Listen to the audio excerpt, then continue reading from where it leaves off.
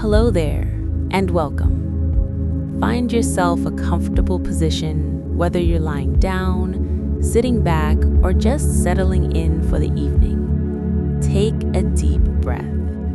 You've made it here, to this moment, and that's worth acknowledging. Tonight, we're exploring something fascinating together: the gap between financial theory and real behavior. And I'm genuinely glad you're here for this journey. Before we dive in, I want to tell you about something special we've built. There's a Discord server connected to this channel, and it's become this wonderful community of people who care about both their financial well-being and making a difference in the world. We regularly hold giveaways there, money and sleep kits that can genuinely help improve your life. But here's what makes it really meaningful. The server is also geared toward gathering donations to help less privileged communities around the world. It's this beautiful intersection of personal growth and collective compassion. If that resonates with you, come find us. The link is in the description below. Now, let's ease into tonight's topic together. You know what's interesting? Somewhere, right now, an economics professor is teaching students that humans are rational actors who always make decisions to maximize their utility.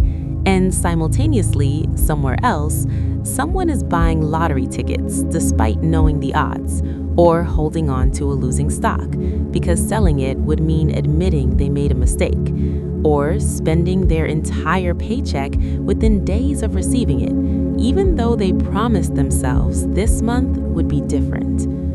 This contradiction isn't a flaw in humanity.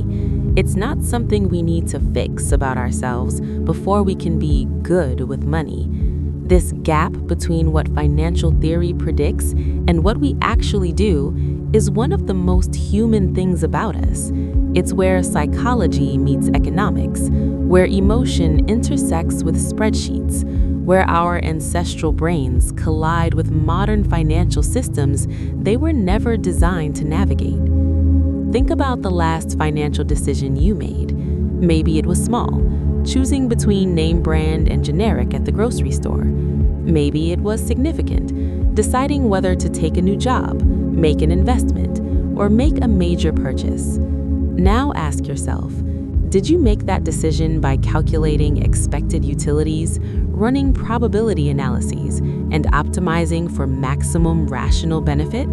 Or did it feel more complicated than that? Did emotions play a role? Did the context matter?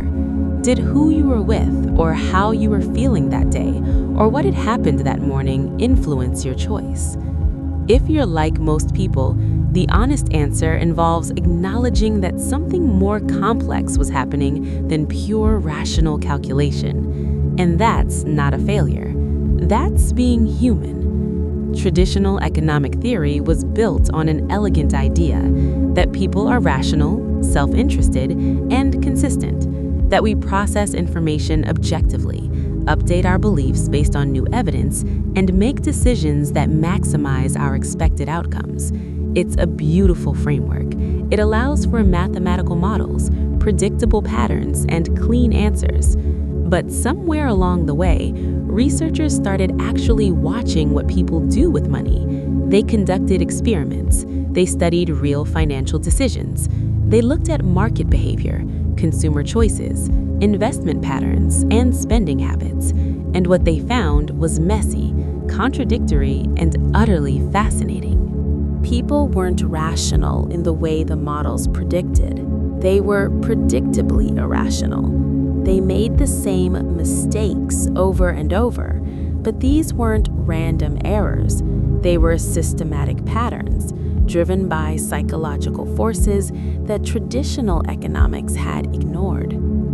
This realization gave birth to behavioral economics, a field that tries to bridge this gap between theory and reality.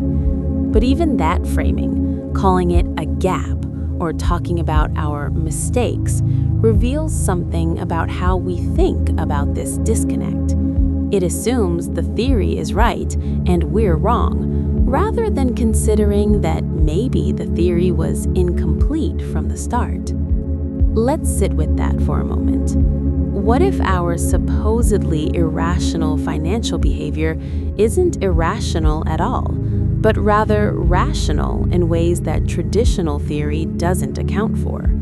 What if we're optimizing for things beyond just monetary gain, for feelings of security, for social connection, for identity, for meaning, for the reduction of anxiety, for the maintenance of hope? Consider loss aversion, one of the most well-documented findings in behavioral economics. People feel the pain of losing money roughly twice as intensely as they feel the pleasure of gaining the same amount. Traditional theory says this is irrational. A dollar is a dollar, whether you're gaining it or losing it. The math should be the same. But is it really irrational? Think about our ancestors living in environments where losing a food source could mean starvation, where losing shelter could mean death, where losses were often more consequential than equivalent gains. In that context, being more sensitive to potential losses than to potential gains was adaptive. It kept you alive to reproduce another day. Fast forward to today. You're deciding whether to sell an investment that's declined in value. Rationally, the money you've already lost is gone. What matters is whether the investment is likely to perform well going forward. But that ancient loss aversion system kicks in, whispering that selling would make the loss real, that holding on keeps alive the possibility of getting back to even, that admitting you made a bad choice feels worse than the ongoing anxiety of holding a declining asset. This is the gap. Theory says look forward, ignore sunk costs, make decisions based on future expected value. Reality says our brains don't work like that. And honestly, there are reasons our brains don't work like that. Let's talk about mental accounting, another fascinating way our actual behavior diverges from theoretical predictions. Traditional economic theory says money is fungible. A dollar in one category is worth exactly the same as a dollar in another category. If you have $100, it shouldn't matter whether you think of it as grocery money or entertainment money or savings. It's all $100. But that's not how our minds work. We create mental accounts, little psychological buckets, where we assign money to different purposes, and we treat those buckets as separate even when rationally they're not. Picture this. You get a $50 birthday gift card to a nice restaurant. That same week, you also receive a $50 cash rebate from a purchase you made. Traditional theory says these are identical. Both are $50 of increased wealth. But how do most people treat them? The gift card feels like free money for a special experience. The rebate might go into general funds, maybe toward bills or groceries, or might even disappear without much thought about where it went. Why do we do this? Because mental accounting helps us manage complexity and self-control. Imagine if you actually treated all money as perfectly fungible, constantly recalculating your entire financial picture with every decision. It would be exhausting. It would make every small choice feel momentous. Should I buy this coffee, or should I redirect that money to my retirement account? Should I go to dinner with friends, or should I allocate those funds to debt repayment? If you approached every decision this way, you'd be paralyzed. Mental accounting is a simplification strategy. It lets you say, I have $100 budgeted for entertainment this month, and then make entertainment decisions within that constraint without having to relitigate your entire financial philosophy every time you consider seeing a movie. But this useful heuristic can also lead to behaviors that look irrational from the outside.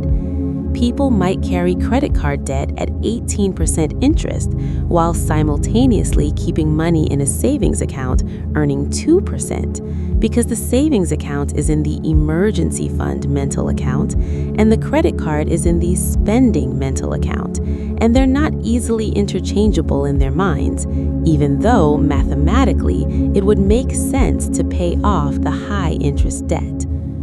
Or consider how differently people treat windfall money versus earned money. A tax refund, an unexpected bonus, a birthday check. These often get spent more freely than an equivalent amount of regular income. It's in the surprise money mental account, and that account has different rules than the regular paycheck account, even though economically they're the same. There's something deeply human about this. We tell ourselves stories about money, and different money has different stories. The money you saved carefully for a vacation feels different from money you won in a raffle, even if the amount is identical. The first carries a story of discipline and anticipation. The second carries a story of luck and surprise, and those stories shape how we use it. Traditional financial theory can't account for stories. It doesn't have variables for meaning, for narrative, for the emotional texture of how money entered our lives. But those things matter to us deeply, and they influence our behavior in ways that spreadsheets can't capture. Let's drift into another area where the gap between theory and behavior becomes obvious: the endowment effect. In traditional economic theory, your willingness to pay for something should equal your willingness to accept payment to give it up. If you'd pay $10 for a mug, you should be willing to sell that mug for $10. But that's not what happens. Once you own something, you value it highly than you did before you owned it. Researchers have demonstrated this repeatedly. Give people a mug, then try to buy it back from them. They'll demand more than they would have been willing to pay for the mug in the first place. This is called the endowment effect, and it's not limited to physical objects. You see this in real estate all the time. Homeowners overvalue their properties because they own them. They remember the improvements they made, the memories created there, the time and energy invested. Buyers just see a house. Sellers see their house, with all the meaning and attachment that creates. Or think about belongings you've held onto long past their usefulness. That jacket you never wear but can't seem to donate because it was a gift, or you wore it on an important occasion, or you just like knowing it's there. Rationally, if you're not using it, it's just taking up space. But ownership creates attachment, and attachment creates value that exists in our minds, but not in any economic model. This connects to something deeper, our sense of identity and continuity. The things we own become part of our extended sense of self. Parting with them feels like parting with a piece of ourselves, even when we know that's not literally true. Financial theory doesn't account for identity, for the way possessions become woven into our sense of who we are. Imagine someone who's driven the same car for 15 years. It's old, it needs frequent repairs, it's costing them more in maintenance than a car payment would cost. Rationally, they should replace it, but they can't bring themselves to do it. That car has been with them through life changes, relationships, moves, jobs. It's not just transportation, it's a companion, a witness to their life, a piece of their personal history. Financial advisors often get frustrated with this kind of thinking. Just run the numbers, they say. Calculate the total cost of ownership, compare it to alternatives, make the rational choice. But humans don't just run numbers. We carry stories, attachments, identities, and those things are real, even if they're not on the spreadsheet. Now let's talk about present bias, sometimes called hyperbolic discounting, which might be the biggest gap of all between what theory predicts and what we actually do. Traditional economics assumes we discount future value consistently and rationally. If you prefer $10 today to $10 in a year, you should also prefer $10 in 5 years to $10 in 6 years by the same proportion. But we don't. We massively overvalue the present compared to the future. We'd rather have $10 today than $15 next month, but we'd rather have $15 in 13 months than $10 in 12 months. The math doesn't change, but our preferences do based on whether the choice is between now and later or between 2 points in the future. This is why we say we'll start saving next month, start exercising next week, start eating better after the holidays. Future us is going to be so disciplined and rational. Present us wants comfort, pleasure, ease, and wants them now. Every financial decision involves trading off present consumption against future benefit. Save now, have more later. Spend now, have less later. Traditional theory assumes we make these trade-offs consistently with a stable discount rate. But our actual behavior reveals that we're much more impatient than that, especially when immediate gratification is available. Think about retirement savings. Rationally, most people know they should save more. They know that compound interest means money saved young is worth much more than money saved late. They know their future selves will need financial security, but month after month, year after year, that future seems abstract and distant, while present needs and wants feel urgent and real. This isn't stupidity or ignorance. Most people who aren't saving enough for retirement know they're not saving enough. They don't need more information. They need help bridging the gap between knowing what they should do and actually doing it, between caring about their future self in the abstract and making sacrifices for that future self in the present. Some companies have gotten clever about this. Auto-enrollment in retirement plans, automatic escalation of contribution rates, defaults that assume you want to save unless you actively opt out. These approaches work with our psychology instead of against it. They acknowledge that we're not the rational calculators of theory, and they design systems that help us act more in line with our long-term interests despite our present bias. This reveals something important. The gap between theory and behavior isn't just an academic curiosity. Understanding it can help us design better policies, better products, better systems. If we accept that people are predictably irrational in certain ways, we can structure choices to make the desired behavior easier and the problematic behavior harder. Let's sit with anchoring for a moment, another fascinating deviation from rational behavior. Anchoring is when an initial piece of information, even if it's completely irrelevant, influences subsequent judgments. Show people a random number before asking them to estimate something, and their estimate will drift toward that number, even though they know it's random and irrelevant. In financial contexts, anchoring shows up constantly. The original price on a sales tag becomes an anchor that makes the discounted price seem like a better deal, even if the original price was inflated specifically to make the sale price look good. The asking price for a house anchors negotiations, even though it's just a number the seller chose. Your first salary in a field anchors your expectations about subsequent salaries, making you more or less satisfied with later offers. Car salespeople know about anchoring. They might start by showing you the most expensive model, setting a high anchor. Then, when they show you the mid-range model, it feels reasonable by comparison, even though without that anchor, it might have felt expensive. Or they focus on monthly payments instead of total price, anchoring you to a smaller, more comfortable feeling number, while you end up paying far more over the life of the loan. Rational economic actors shouldn't be influenced by irrelevant anchors.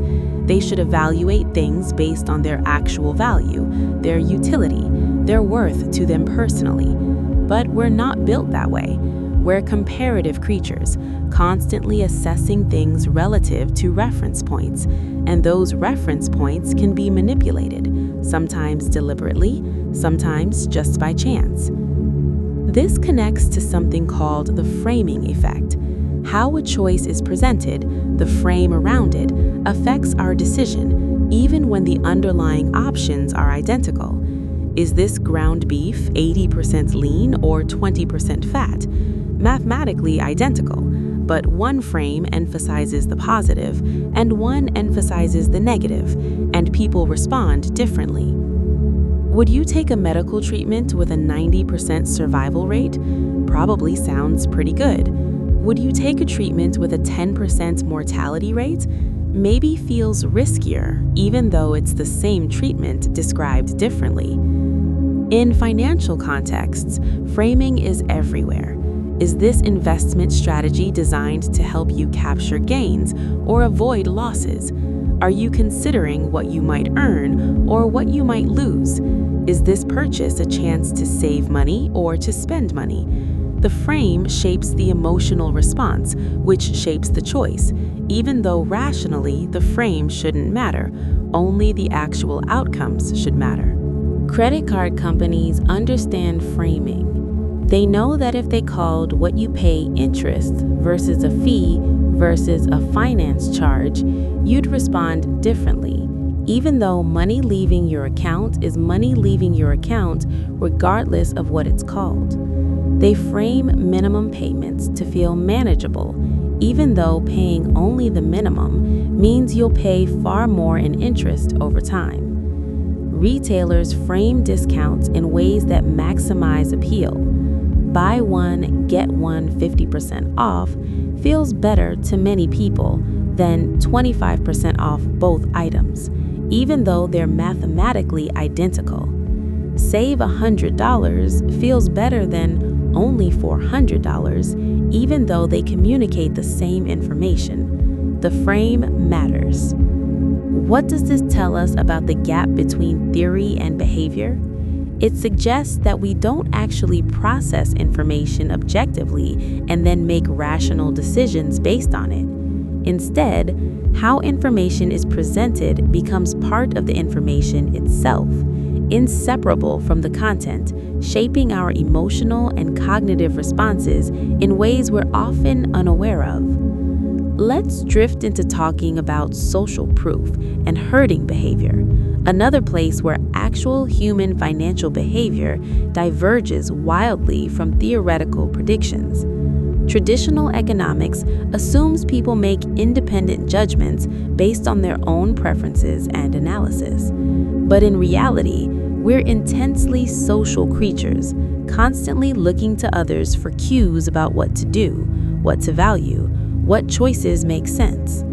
If everyone you know is buying a particular stock or investing in cryptocurrency or flipping houses, that becomes powerful evidence that you should too, regardless of what fundamental analysis might suggest. We herd, we follow crowds. We assume that if lots of other people are doing something, they must know something we don't, or at least that it can't be that risky if so many people are doing it. This creates bubbles. Assets get bid up not because of their fundamental value, but because prices are rising and everyone wants in on the action. People who would never ordinarily invest in tulip bulbs or tech startups or real estate suddenly pour money in because everyone else is and they don't want to miss out. Then, when sentiment shifts and the herd stampedes in the other direction, prices crash. Rational markets, in theory, shouldn't have bubbles. Prices should reflect fundamental values, and sophisticated investors should correct any deviations. But real markets, driven by real humans, with their social instincts and fear of missing out and tendencies to follow crowds, absolutely do have bubbles, repeatedly across centuries and cultures. There's something deeply ingrained about looking to our tribe for guidance. For most of human history, copying what successful people around you were doing was a great strategy. If everyone in your group is gathering food from a certain area, that's probably where food is. If everyone's avoiding a particular territory, there's probably a good reason. Social proof worked. But in modern financial markets, social proof can lead you astray. What everyone's doing might be wrong. The crowd might be running toward a cliff. But fighting your social instincts, going against the crowd, trusting your own analysis when everyone around you is doing something different, that's psychologically hard, even when it's financially wise. Consider the person who didn't invest in some asset that everyone was talking about and then watched as prices soared. Even if they had good reasons for staying out, they feel foolish. They feel like they missed out. They feel pressure to jump in so they don't miss the next wave. Never mind that prices might be completely disconnected from value at this point. Everyone else is making money, or seems to be, and that's powerful. Then there's regret aversion, which shapes financial behavior in ways theory doesn't predict. We're not just trying to maximize outcomes, we're trying to minimize future regret, and those aren't always the same thing. Imagine you're choosing between two investments. Investment A is safer, but with lower returns. Investment B is riskier, but with higher potential returns. Traditional theory says you should choose based on your risk tolerance, your timeline, your financial goals. But in reality, many people's choice is also shaped by considering which outcome they'd regret more: missing out on potential gains if investment B does well, or losing money if investment B does poorly. This can lead to strange behaviors. People might choose the option they think they'd regret less rather than the option with the best expected value. They might avoid making a decision at all because any decision creates the possibility of regret, whereas not deciding feels like it keeps all options open. Or they make decisions designed to avoid anticipated regret, even when those decisions don't actually serve their interests. Selling a winning investment because you're afraid it will decline and you'll regret not taking profits, even though the investment still has strong fundamentals. Holding a losing investment because selling would mean admitting you were wrong and crystallizing the regret of a bad decision. Regret is about the stories we tell ourselves about our choices. It's about counterfactuals, what might have been if we'd chosen differently. Traditional economics doesn't account for the human need to manage these narratives, to protect our self-image, to avoid future scenarios where we'll blame ourselves for bad outcomes. This connects to something called the action-inaction asymmetry. We tend to regret actions more than inactions in the short term, but inactions more than actions in the long term. Right after making a choice, we might regret having acted. I shouldn't have bought that stock. I should have stayed out of the markets. What was I thinking? But years later, we tend to regret the things we didn't do. I should have bought that stock when I had the chance. I should have taken that opportunity. Why didn't I act? This asymmetry means our decisions about taking action versus holding back are often more about managing anticipated future regrets than about maximizing expected value. We're trying to position ourselves so that future us won't look back with disappointment or self-blame, and that's a different calculation than what theory prescribes. Let's talk about confirmation bias, another major contributor to the gap between theory and behavior.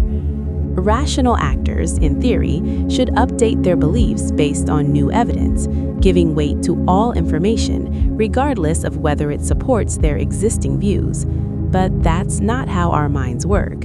We seek out information that confirms what we already believe. We interpret ambiguous evidence as supporting our existing position. We dismiss or rationalize away evidence that contradicts our views. We remember hits and forget misses.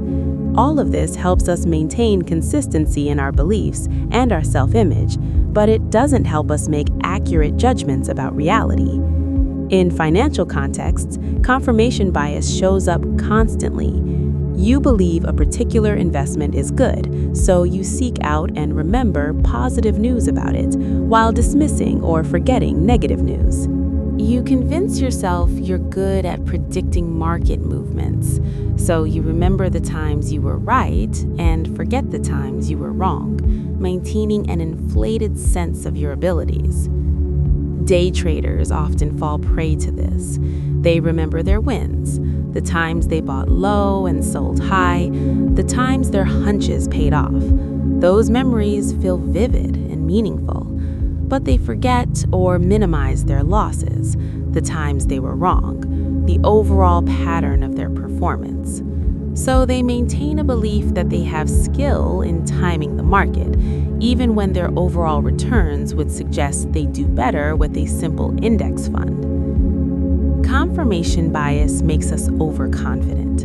If we only attend to evidence that we're right, we'll naturally conclude we're usually right, even when we're not. And overconfidence leads to taking too much risk, trading too frequently, making bold bets that aren't justified by our actual level of knowledge or skill. Traditional financial theory assumes people know what they don't know, that they calibrate their confidence to their actual abilities. But study after study shows that people are overconfident, especially in areas where they have a little knowledge but not expertise. Complete novices know they don't know much. True experts have calibrated confidence. It's the people in between who are most overconfident, most likely to think they understand more than they do. This connects to the illusion of control, another psychological phenomenon that creates gaps between theory and behavior. We tend to think we have more control over outcomes than we actually do, especially in situations that involve any element of skill or choice. Choosing your own lottery numbers feels like it gives you better odds than having them randomly assigned, even though objectively your odds are identical. Actively managing your investments feels like it should produce better results than passive investing, even though for most people it doesn't. Taking action feels like it should matter more than it often does. Financial markets are a mix of skill and luck, and it's often hard to tell which is which. Did your investment perform well because you made a smart choice, or because the market happened to move in your favor? Did it perform poorly because you made a mistake, or because unpredictable events intervened? We tend to attribute successes to our skill and failures to bad luck, which maintains our sense of control but distorts our understanding of what we actually control. This illusion of control can lead to excessive trading, as people believe their active decisions are adding value, when really they're just incurring costs. It can lead to misguided confidence in market timing, as people convince themselves they can predict the unpredictable. It can lead to stress and anxiety, as people exhaust themselves trying to control things that aren't actually controllable. Accepting the limits of our control is psychologically difficult, but financially valuable. Much of what happens in markets is beyond anyone's control. Much of what determines our financial outcomes is luck, timing, circumstances we don't choose. Humility about our control, about our ability to predict and manipulate outcomes, tends to lead to better strategies, more diversification, longer time horizons, less frequent trading, greater reliance on systematic approaches rather than hunches.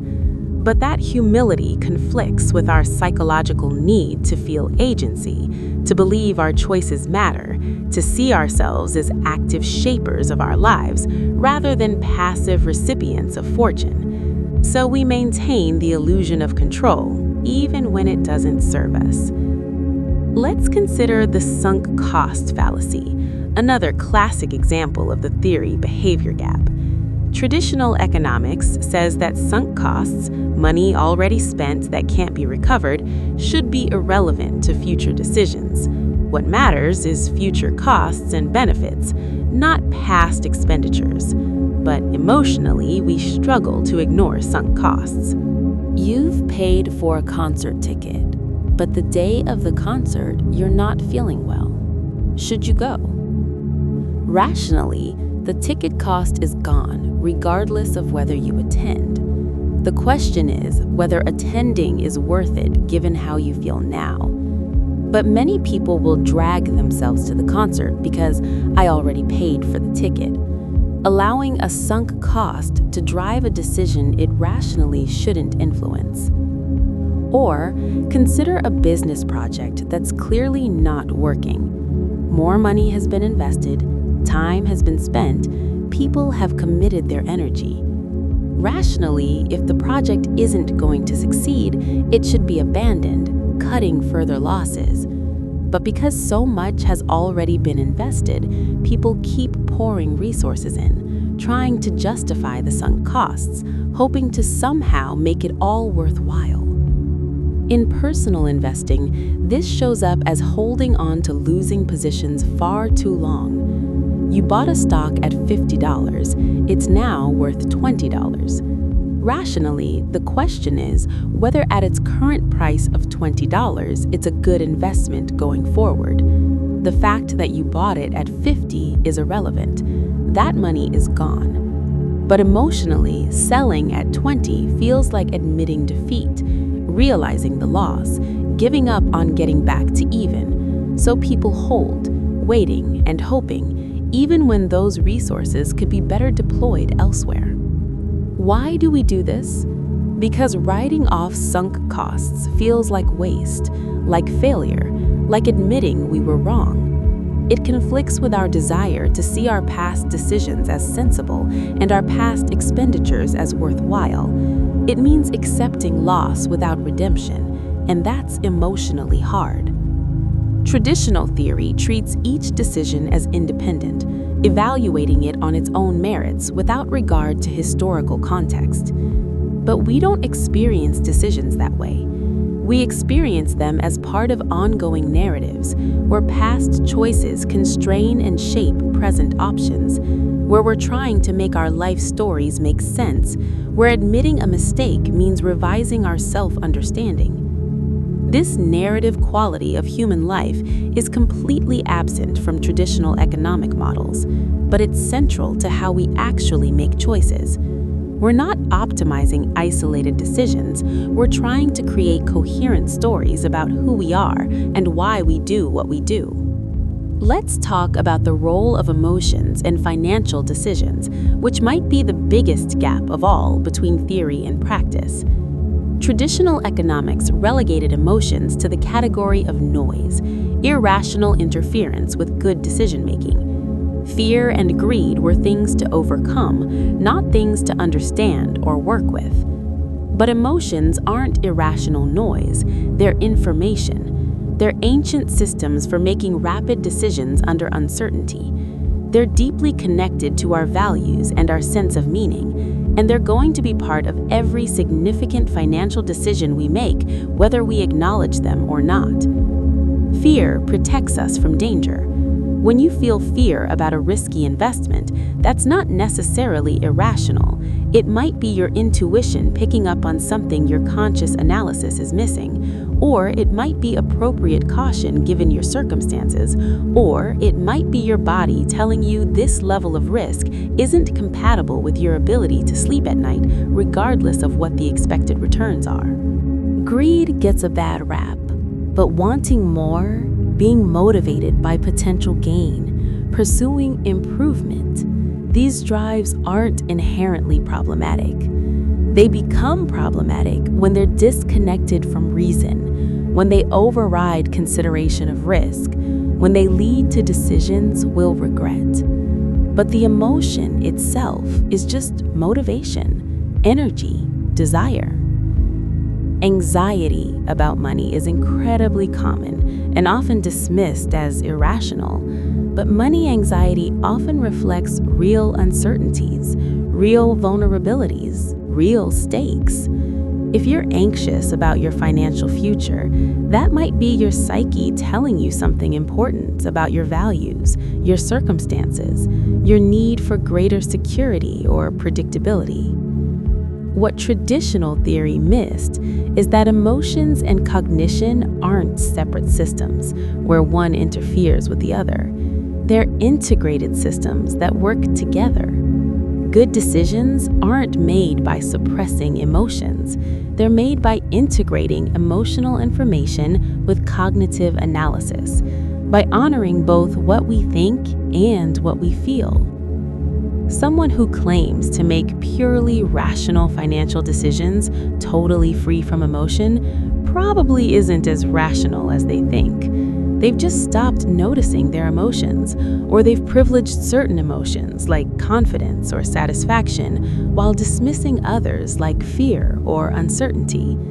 True rationality includes emotional intelligence, understanding what your feelings are telling you and how they interact with your goals and circumstances. Consider how anxiety affects financial decisions. Traditional theory has no place for anxiety. It doesn't change the expected values or the probabilities, but anxiety absolutely affects behavior. Anxious people might avoid the stock market entirely, even when they could benefit from long-term investing, because the stress of watching prices fluctuate isn't worth it to them, regardless of average returns. Is that irrational, or is it a legitimate preference for peace of mind over maximizing monetary outcomes? Similarly, the pleasure someone gets from spending on experiences, from generosity, from having nice things. Traditional theory tries to capture this as utility maximization, but it flattens something rich and complex into a single dimension. The joy of buying your kids something they really want, the satisfaction of helping someone in need, the comfort of small luxuries after a hard day. These aren't just about maximizing utility, they're about meaning, connection, identity, humanity. Financial decisions are never just about money. They're about what money represents, what it enables, what it means to us. And that's where emotions come in. They're how we experience and process meaning, how we navigate values, how we make choices that reflect who we are and who we want to be. Let's drift into thinking about financial identity, the way our relationship with money is wrapped up in our sense of self. Traditional economics treats preferences as given and stable, but our financial preferences, behaviors, and attitudes are deeply influenced by our identities, and those identities are shaped by everything from family experiences to cultural context to personal history. Someone who grew up in poverty might approach money very differently than someone who grew up wealthy, even if their current financial situations are identical. That childhood experience of scarcity or abundance, security or uncertainty, becomes part of who they are, shaping their emotional responses to financial decisions long into adulthood. Cultural background matters too. Different cultures have different norms around money, what it's okay to talk about, what it means to be successful, how you should balance present enjoyment against future security, what obligations you have to family versus yourself, whether displaying wealth is admirable or crass. These cultural scripts aren't conscious choices we make. They're absorbed, often unconsciously, from the environments we grow up in and live in. They shape what feels normal, what feels responsible, what feels right. And they create enormous variation in financial behavior that no universal model can capture. Gender plays a role too. Women and men are often socialized differently around money, taught different things about risk, competence, appropriate ambition, and responsibility. These gender norms can affect everything from salary negotiations to investment choices to retirement planning. Someone's relationship with money might be tied up in proving themselves, achieving a level of success their parents never reached, creating security their family never had, living up to or rejecting their family's values and expectations. Money becomes symbolic, carrying psychological weight far beyond its instrumental value.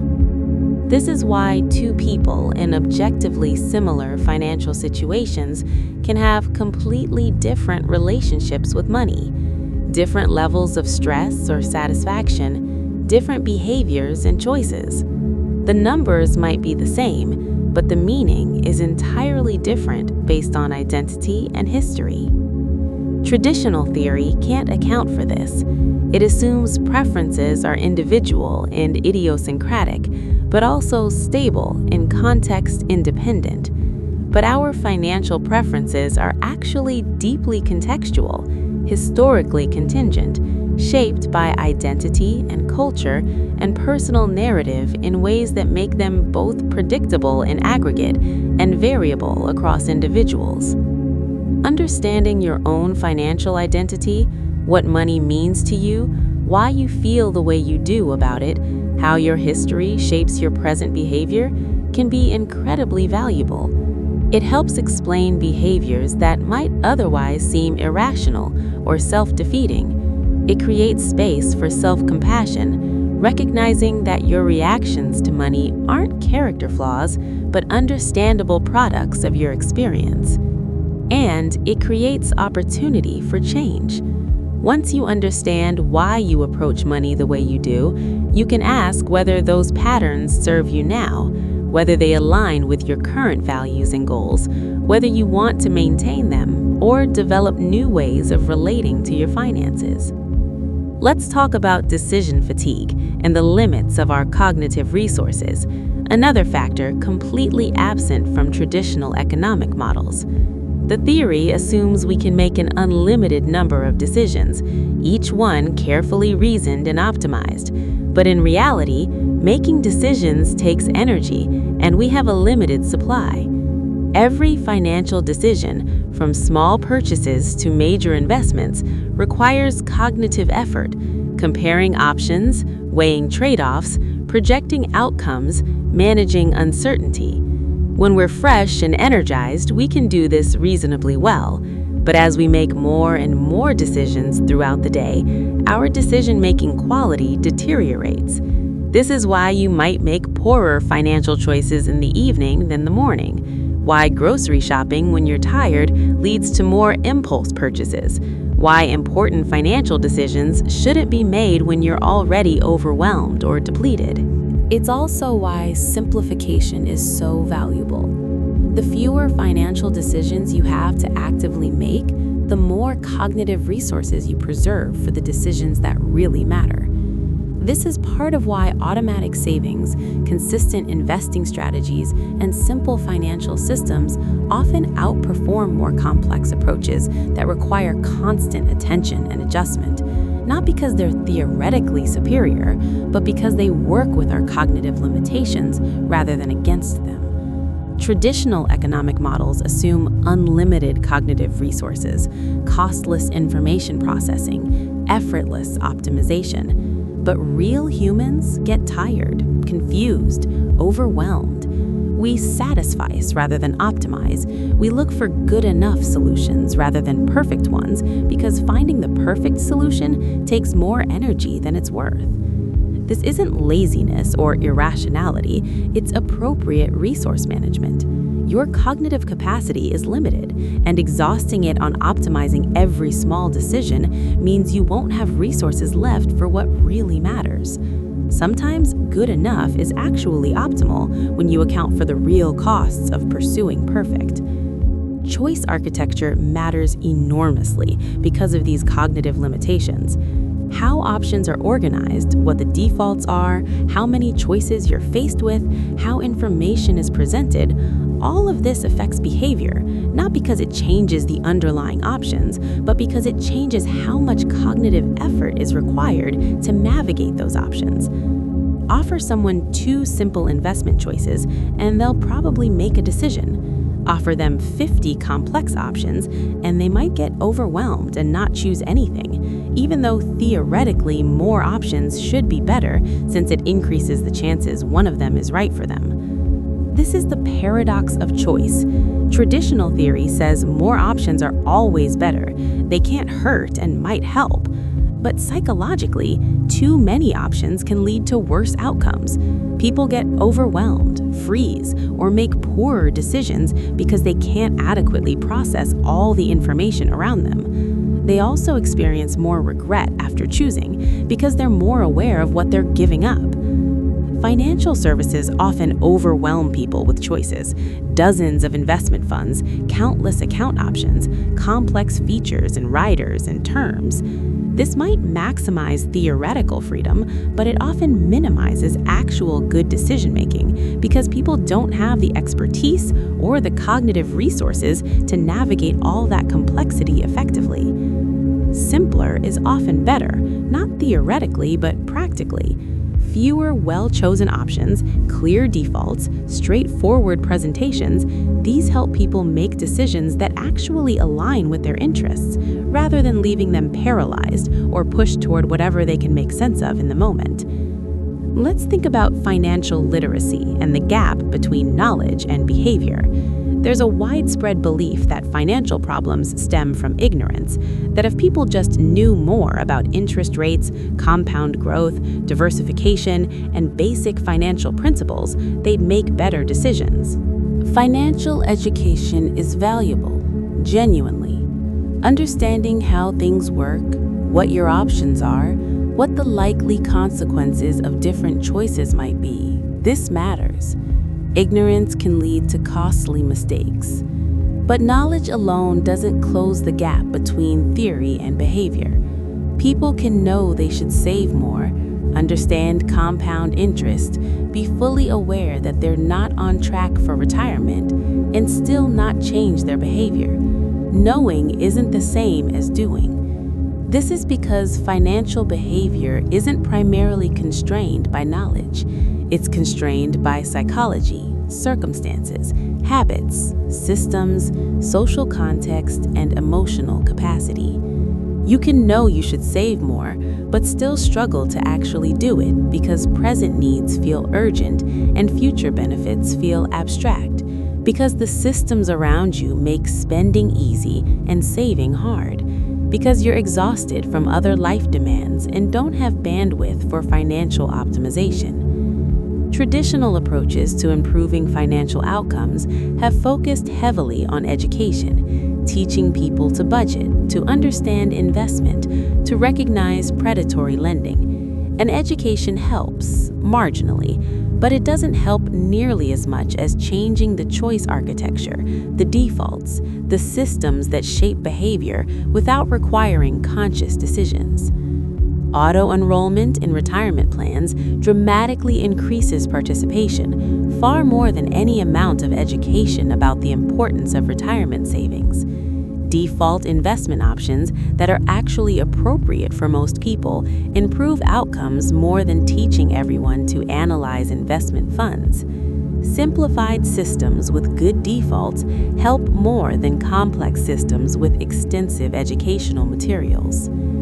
This isn't to say education is useless. It's to say that closing the gap between what we know we should do and what we actually do requires more than just knowledge. It requires working with our psychology, acknowledging our limitations, building systems that make good behaviors easy and bad behaviors hard.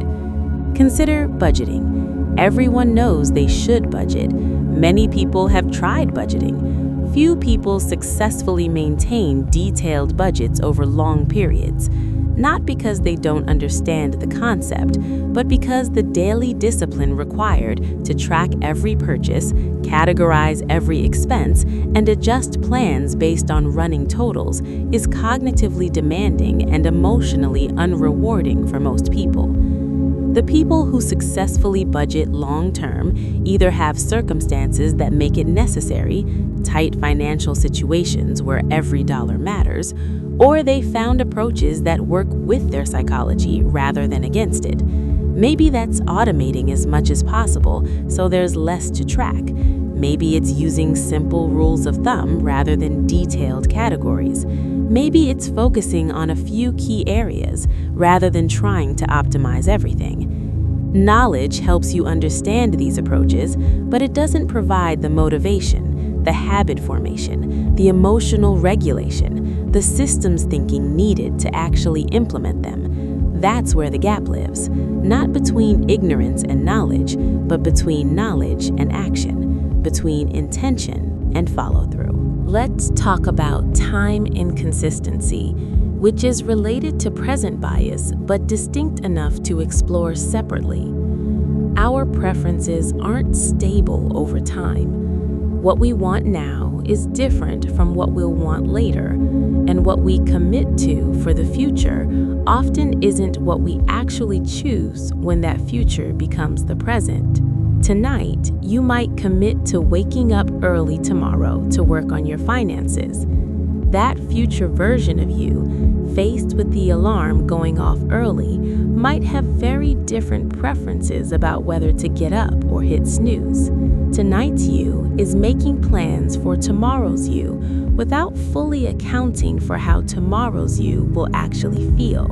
This time inconsistency is why New Year's resolutions fail, why we sign up for gym memberships we don't use, why we commit to savings plans we don't maintain. Our future selves seem like they'll be more disciplined, more motivated, more aligned with our ideals than our present selves actually are when the future arrives. Traditional economic theory assumes time-consistent preferences.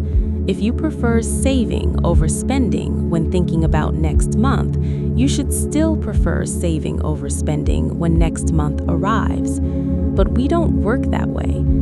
Abstract future choices feel different from concrete present choices. This is part of why commitment devices can be so valuable. If you know your future self might make choices you'll regret, you can constrain those choices now. Lock your money into an account you can't easily access. Commit to automatic transfers before you see the money. Remove temptation rather than relying on future willpower. Odysseus had his crew tie him to the mast so he could hear the siren's song without being able to steer the ship toward the rocks. Modern commitment devices do something similar. They constrain our future choices because we know we can't fully trust our future selves to make the choices our present selves would want. This might seem like a failure of rationality, and traditional theory would frame it that way. But you can also see it as a sophisticated understanding of yourself, a meta-rationality that acknowledges your own inconsistency and plans around it. Successful personal finance often involves setting up systems that work even when you're not at your best, that don't require constant discipline and motivation, that automate good behaviors and create friction for bad behaviors. This acknowledges the gap between our ideals and our actual behavior and works with it rather than against it. Let's drift into thinking about social comparison and relative wealth, another area where actual behavior deviates from theoretical predictions. Traditional economics focuses on absolute wealth, how much you have, what you can buy, your objective standard of living. But humans care intensely about relative wealth, how we compare to others, where we stand in our social hierarchy, whether we're keeping up or falling behind. You could objectively be doing well financially, earning more than most people in your country or in history, having a comfortable standard of living. But if everyone around you seems to have more, if your peers are buying houses while you're renting, if your social media feed is full of people's vacations and purchases and achievements, you might feel financially inadequate. This isn't irrational vanity, it's deeply human. For most of our evolutionary history, your relative standing in your group mattered enormously for your survival and reproduction. Being lower status meant fewer resources, less support. reduced opportunities. So we evolved to care intensely about where we stand relative to others. And that instinct doesn't turn off just because we're in modern economies, where absolute wealth matters more than relative standing. This creates what's called the hedonic treadmill in relation to money. You earn more, buy more, upgrade your lifestyle, but you don't feel proportionately happier because your reference group has shifted. You compare yourself to people at your new income level, and relative to them, you're in the same position you were before. Studies show that beyond meeting basic needs, additional income doesn't increase happiness as much as people expect. And a big part of that is because we adapt. We adjust our expectations, our comparisons, our sense of what's normal. What once felt like a luxury becomes a baseline, and we need more to feel the same increase in satisfaction. Traditional economic theory assumes we have stable preferences over absolute consumption, but our actual preferences are heavily influenced by context and comparison. We'd rather earn $60,000 when others earn $50,000 than earn $70,000 when others earn $80,000, even though the second scenario gives us more absolute purchasing power. This creates all sorts of financial behaviors that look irrational from an absolute perspective, but make perfect sense from a relative perspective. Buying status goods that signal wealth, even when they're objectively poor value. Making decisions based on what peers are doing rather than what makes sense for your situation. Feeling financial pressure, even when objectively comfortable, because you're comparing yourself to people who have more. Social media has intensified this dramatically. We're constantly exposed to curated highlights of other people's lives, their purchases, their experiences, their apparent success. And even though we know intellectually that we're seeing selective presentations, not full realities, the comparison still affects us. This might be the most challenging aspect of modern financial life. Maintaining perspective about what's actually enough when we're constantly bombarded with images of people who have more, do more, seem to be living better. No traditional economic model captures this, but it's central to financial well-being in practice. Let's talk about the role of narrative and meaning in financial decisions. We don't just make choices, we tell ourselves stories about those choices, and those stories shape our future behavior and our sense of identity. Someone might frame their frugality as wise discipline, as respecting the value of money, as honoring the sacrifices of previous generations, or they might frame it as deprivation, as denying themselves pleasure, as being controlled by fear. Same behavior, completely different stories, and those stories affect whether the behavior feels satisfying or miserable, sustainable or oppressive. Similarly with spending, is buying yourself something nice an act of self-care, treating yourself after working hard, or is it weakness, giving in to impulse, failing to meet your goals? The actual transaction is the same, but the narrative transforms its meaning. These narratives aren't just after-the-fact rationalizations. They shape our choices in real time. If you think of yourself as someone who's good with money, someone who makes smart financial decisions, that identity will influence your behavior. You'll make choices consistent with that self-concept, and you'll interpret ambiguous situations in ways that maintain it. If you think of yourself as someone who's bad with money, perpetually behind, never going to get it together, that becomes a self-fulfilling prophecy. Why try to save when you're not a saving person? Why budget when you've already proven you can't stick to budgets? The narrative of financial incompetence breeds behaviors that confirm it. Traditional economics has no place for these narratives. It assumes people simply have preferences and act on them. but our preferences emerge from our identities.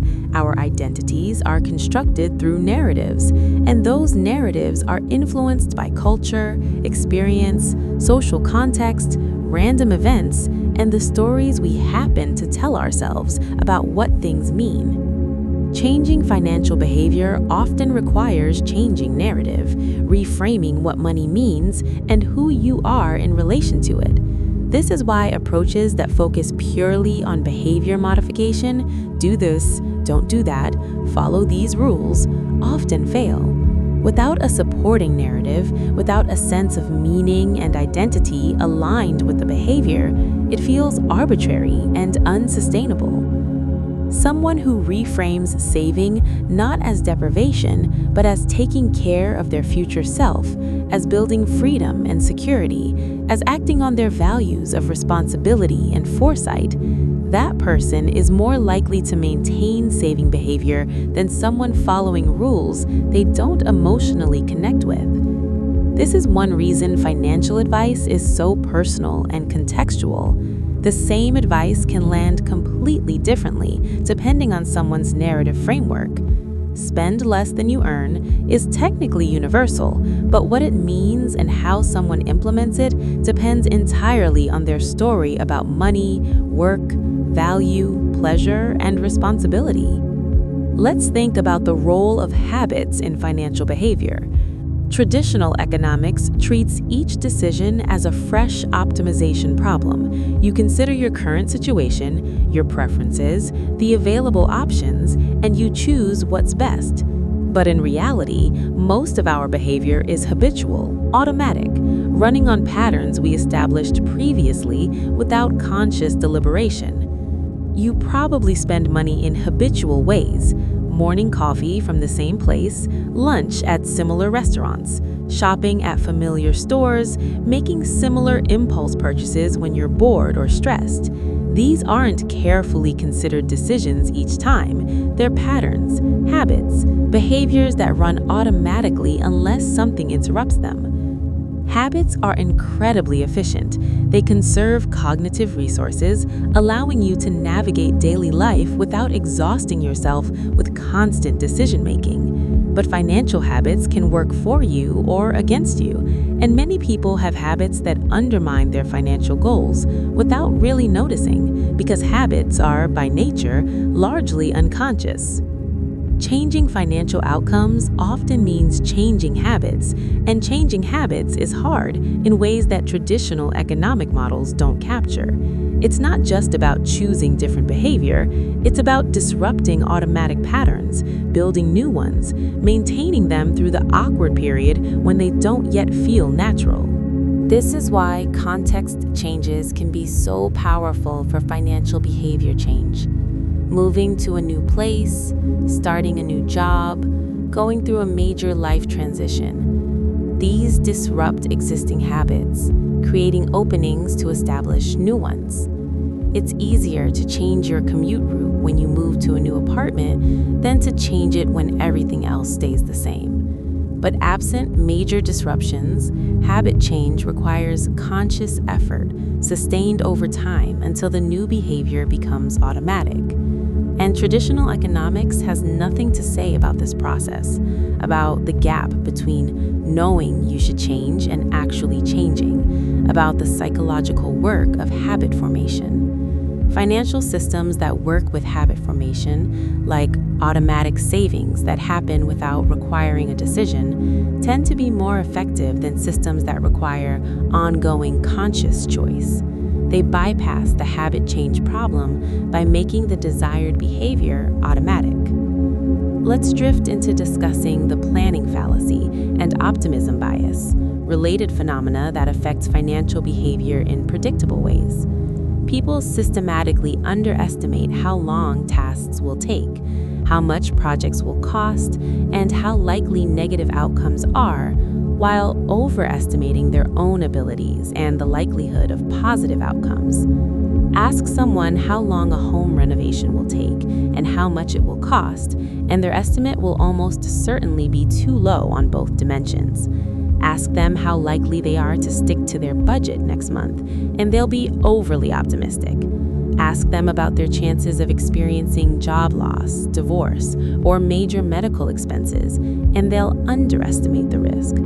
This isn't just random error, it's systematic bias. We focus on best-case scenarios, underweight the chances of problems, assume we're more capable and less vulnerable than average. Most people think they're above average drivers, above average at their jobs, less likely than others to experience common negative events.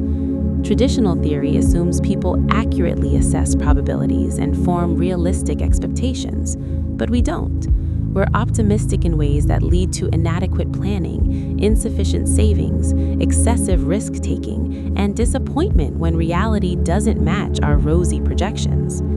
This optimism bias might have evolutionary benefits. It keeps us motivated, willing to try new things, not paralyzed by fear of all the things that could go wrong. But in financial planning, systematic optimism creates problems. You don't save enough for emergencies because you underestimate the likelihood you'll have an emergency. You don't adequately plan for retirement because you imagine you'll work longer than you actually will, earn more than you actually will, need more than you actually will. Planners and advisors know this. That's why they build in buffers, why they use conservative estimates, why they try to get people to plan for worse scenarios than they expect. But even knowing about optimism bias doesn't make it go away. You can intellectually understand that you're probably being too optimistic and still feel like your optimism is justified, that you really are different, that things will work out for you. The planning fallacy shows up in every project, every timeline, every budget. Things take longer and cost more than we expect, almost always. Knowing this intellectually helps some, but the bias persists because it's not just a reasoning error, it's rooted in motivation and emotion and how we want to see ourselves and our futures. Let's talk about mental models of how the economy works, another source of gaps between theory and behavior. Professional economists have complex models of economic systems, markets, inflation, interest rates, and so on. But most people operate with much simpler mental models, folk theories of economics that may or may not align with expert understanding. Some people think of the economy as zero-sum. If someone else is getting richer, that must mean someone else is getting poorer. Others think of it as positive sum, where wealth can be created and everyone can be better off. These different mental models lead to very different attitudes toward things like trade, immigration, and business success. Some people think about money as if it's backed by gold or some other physical commodity, even though modern currency is fiat money, backed by government authority and economic activity. This mental model can lead to confusion about inflation, monetary policy, and how money creation works. Some people think of government budgets as analogous to household budgets. You shouldn't spend more than you take in. Debt is always bad. Balancing the budget is always good. But government economics work differently than household economics in important ways, and the household budget analogy, while intuitive, can be misleading. These folk economic theories aren't taught explicitly. They're absorbed from culture, inferred from experience, adopted from authority figures, and they shape financial behavior and political attitudes in ways that technical economic education often can't overcome because they're deeply embedded and rarely examined.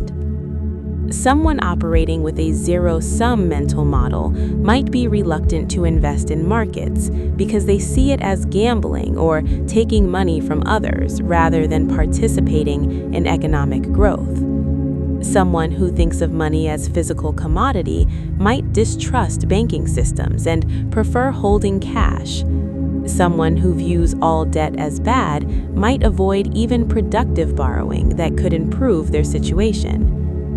Traditional economic theory assumes people understand how economies work, at least well enough to make reasonable financial decisions. But actual folk economics is messy, contradictory, often wrong in important ways, and yet powerfully influential because it provides the framework through which people interpret financial information and make choices. Let's think about financial trauma and adverse experiences, another factor completely absent from traditional models. Someone who experienced foreclosure, bankruptcy, or severe financial hardship doesn't approach money the same way as someone who's always had stability.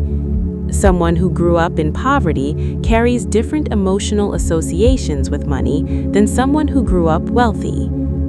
Financial trauma can create lasting patterns, hypervigilance about expenses, anxiety around any spending, difficulty enjoying money even when it's available, or alternatively, fatalism about the possibility of financial security, leading to spending without regard for the future.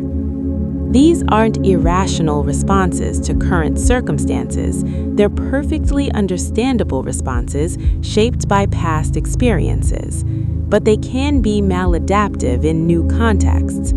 Someone with deep financial security might still feel anxious and deprived, unable to enjoy their resources because old patterns persist even when circumstances change. Similarly, someone who experienced sudden financial loss through job loss, medical crisis, divorce, disaster, might never feel truly secure again, might always be waiting for the other shoe to drop, might struggle to trust that good financial situations will last. Traditional economics assumes people respond to their current situation and incentives, but we respond to our history, our memories, our learned patterns.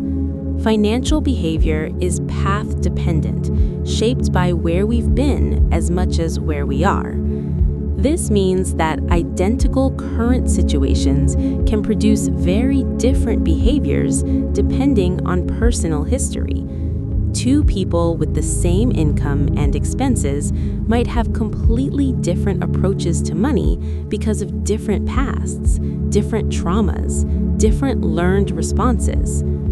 Understanding this can create compassion both for ourselves and others. Financial behavior that looks irrational might make perfect sense when you understand someone's history. The person who can't stop working, even though they have plenty saved, might be acting on deep lessons from a childhood of scarcity. The person who spends freely might be compensating for years of deprivation. Healing financial trauma often requires more than financial education or behavior change techniques.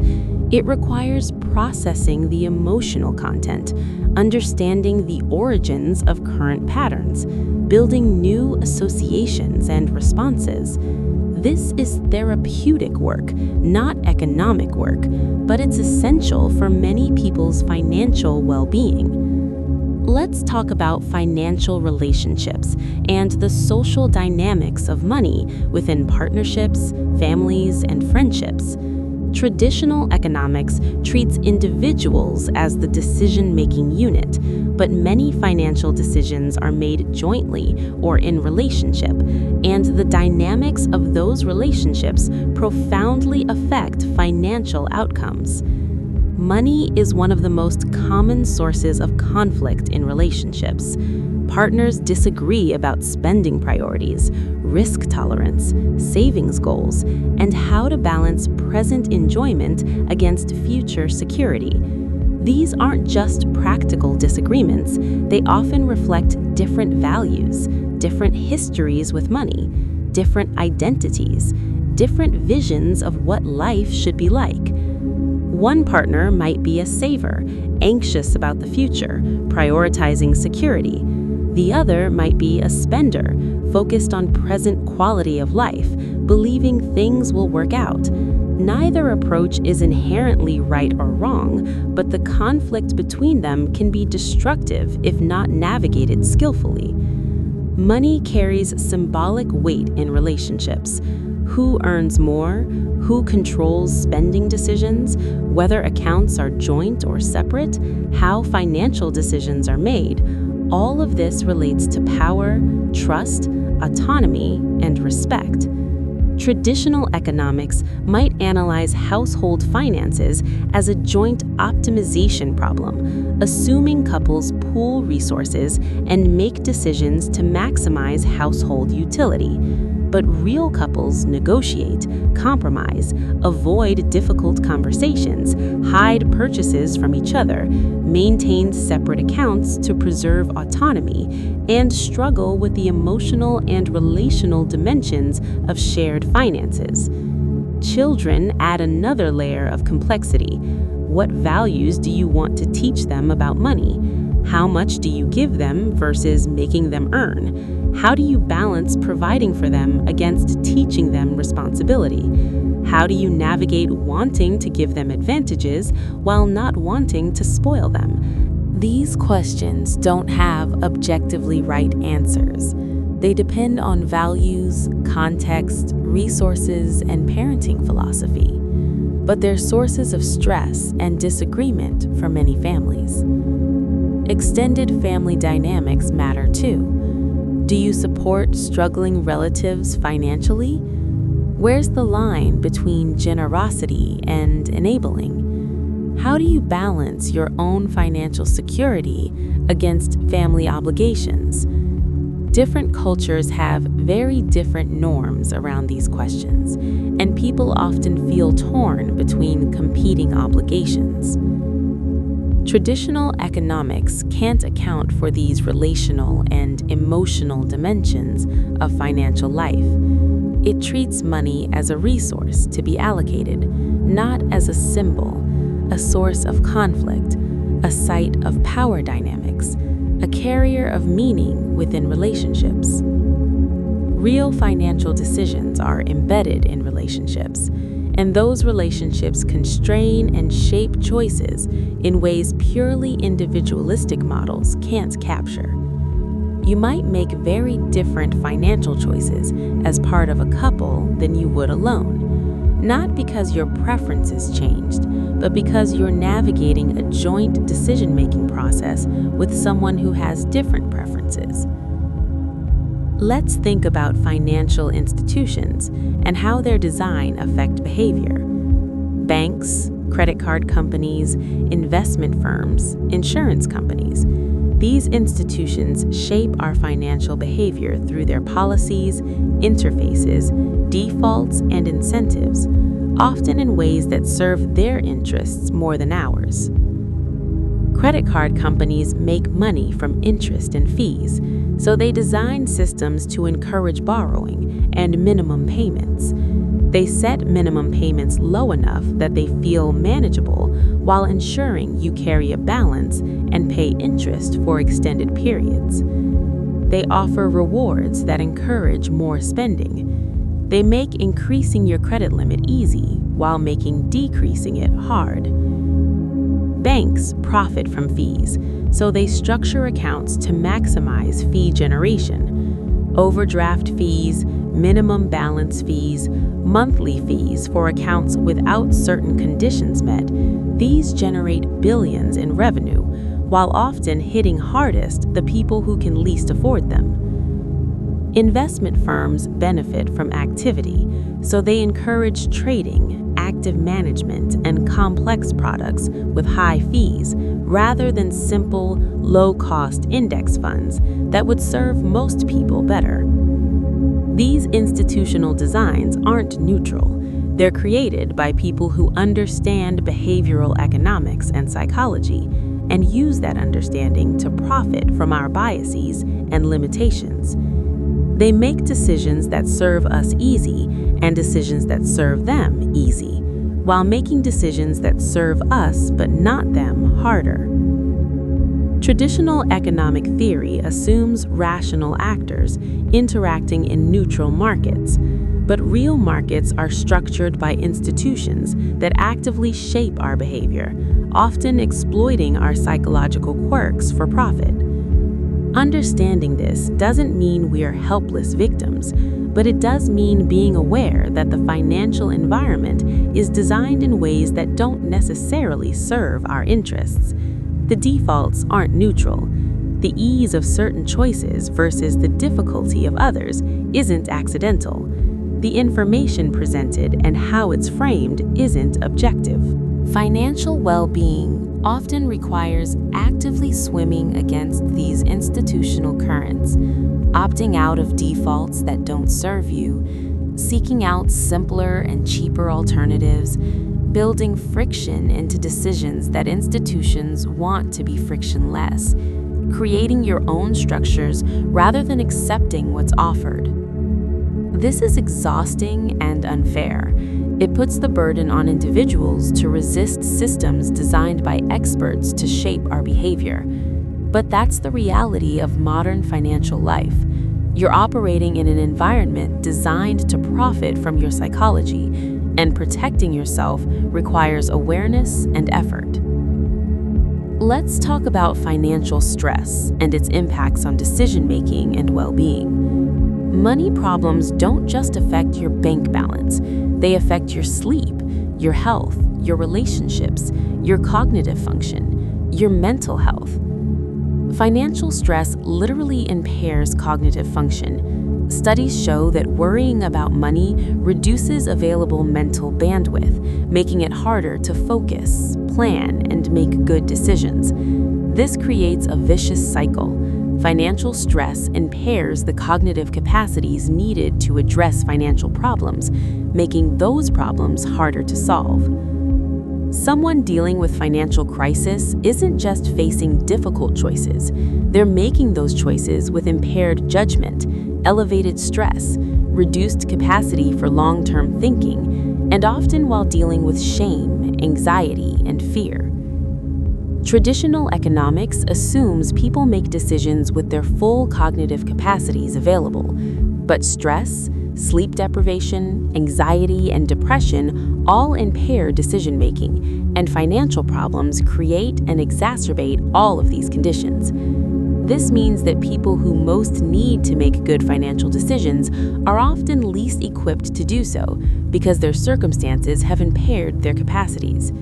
Telling someone in financial crisis to just make better choices ignores how stress affects decision-making. Financial stress also has direct health impacts. It's associated with higher rates of cardiovascular disease, weakened immune function, mental health problems, and even shorter lifespan. Money problems literally make you sick, creating additional costs and problems that further strain finances.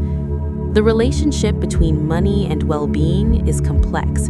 Beyond meeting basic needs, more money doesn't automatically create more happiness or well-being, but financial stress and insecurity absolutely create suffering, anxiety, and reduced quality of life. Traditional economics focuses on material outcomes, how much people have, what they can buy, but the subjective experience of financial stress, the toll it takes on well-being and health and relationships, is just as important as the objective numbers. Someone might look financially okay on paper, but be experiencing severe stress from barely making ends meet, from juggling bills, from constant worry about the next financial crisis. Someone else might have objectively less, but feels secure and content because their income is stable, their expenses are manageable, and they've built some buffer against shocks. Financial well-being isn't just about having enough money, it's about the subjective experience of security, agency, freedom from constant financial stress, ability to handle unexpected expenses, sense that you're making progress toward your goals. Let's drift into thinking about financial goals and how they relate to broader life goals and values.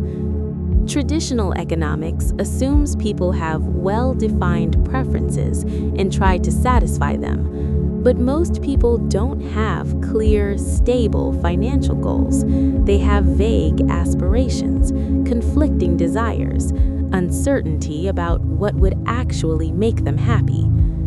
Ask someone what their financial goals are, and you might get save more, get out of debt, be comfortable, retire someday, maybe buy a house. These aren't specific, measurable, time-bound goals. They're general directions, wishes, aspirations that don't translate easily into concrete action. Part of the challenge is that financial goals aren't ends in themselves. They're means to other ends. You don't really want money. You want what money enables: security, freedom, experiences, helping others, leaving a legacy, reducing stress. These are the actual goals, and money is a tool for achieving them. But making the connection between financial behaviors and these deeper values is hard.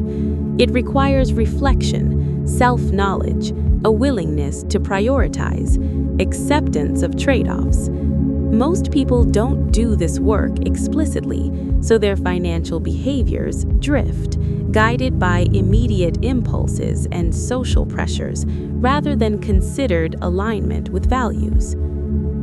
Someone might value family time, but work excessive hours chasing money they don't actually need because they've never paused to ask what enough is, what would actually serve their values, what trade-offs they're really making. Someone might value experiences and adventure, but be so anxious about money that they never actually enjoy what they have, never take the trips or try the things they dream about, saving for a future that never quite arrives. Getting clear about financial goals requires getting clear about life goals, about what actually matters to you, about what you're trying to build or create or experience or become. And that's philosophical work, identity work, values work, not economic work. Traditional economics bypasses all this by assuming people know what they want and rationally pursue it. But real people often don't know what they want, have conflicting wants, are influenced by social pressures and advertising and comparison, and struggle to connect daily financial behaviors with long-term life satisfaction. Financial planning isn't just math, it's clarifying values, imagining futures, making choices about what kind of life you want to live, accepting that you can't have everything and must prioritize. This is hard emotional and philosophical work, and most people do it poorly or not at all, instead just reacting to circumstances and pressures without clear intentionality about where they're trying to go. Let's talk about behavioral interventions and nudges, applications of behavioral economics designed to improve financial outcomes by working with our psychology rather than against it. Since people aren't the rational actors of traditional theory, perhaps we can design better systems that help people make better choices without requiring them to become rational calculators. Auto-enrollment in retirement plans is the classic example. Making enrollment the default, with people having to actively opt out rather than actively opt in, dramatically increases participation. People's behavior changes not because their preferences changed, but because the default changed. Similarly, automatic escalation of contribution rates, where your retirement contribution increases automatically each year or each time you get a raise, unless you opt out, helps people save more without requiring the difficult decision to reduce their take-home pay. Simplifying choices helps. Instead of offering 50 investment funds, offer 3 simple options: conservative, moderate, aggressive. Most people don't have the expertise to evaluate 50 funds, but they can choose among 3 clear options. Making goals concrete and salient improves follow-through. Save for retirement is abstract. Save so you can maintain your current lifestyle when you stop working is more concrete. At your current savings rate, you'll have to reduce your spending by 40% in retirement is even more salient, making the future consequences feel real. Commitment devices can help with self-control. Apps that hold money for you and charge a penalty if you withdraw it early, accounts that lock funds until a certain date or goal is met. These work with our time inconsistency rather than requiring consistent willpower. Social accountability can reinforce positive behaviors. Publicly committing to a financial goal, having a savings group where you report progress, sharing your journey with friends who support and encourage you, these leverage our social nature to support financial behaviors. Framing matters. Is this a chance to avoid a loss or an opportunity to make a gain? Are you saving for something or spending less on other things? Are you protecting yourself or building wealth? Different frames motivate different people. Immediacy helps overcome present bias, making the benefits of good financial behavior more immediate and tangible, like seeing a visual representation of your retirement account growing, getting instant feedback on how today's choices affect future outcomes, feeling accomplishment from hitting small milestones, helps make future benefits compete better with present temptations. These behavioral interventions acknowledge the gap between theory and reality and try to close it not by changing humans to fit the theory, but by changing environments to fit human psychology. This is a profound shift from traditional approaches that assumed education and willpower were the answer. Let's think about financial capability versus financial behavior. Capability is about having the knowledge, skills, and resources to manage money well. Behavior is about actually managing money well. The gap between them is substantial. You can have high financial capability, understand budgeting, investing, debt management, all the technical skills, and still have poor financial behaviors. You can make objectively bad financial decisions despite knowing better. Conversely, you can have relatively low financial capability but good financial behaviors if you've set up systems that work, developed helpful habits, have social support, or are in an environment with good defaults. This distinction matters because interventions focused purely on building capability, education, literacy programs, teaching people about finance, have limited impact if they don't address the behavioral barriers to actually implementing that knowledge. Someone might complete a financial education course, understand everything taught, and then not change their behavior at all because the barriers to change aren't knowledge-based, they're habit-based, emotion-based, context-based, or system-based.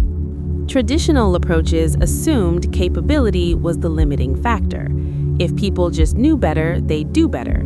But actual evidence suggests capability is necessary, but far from sufficient. Knowing what you should do is just the first step. Actually doing it is the challenge.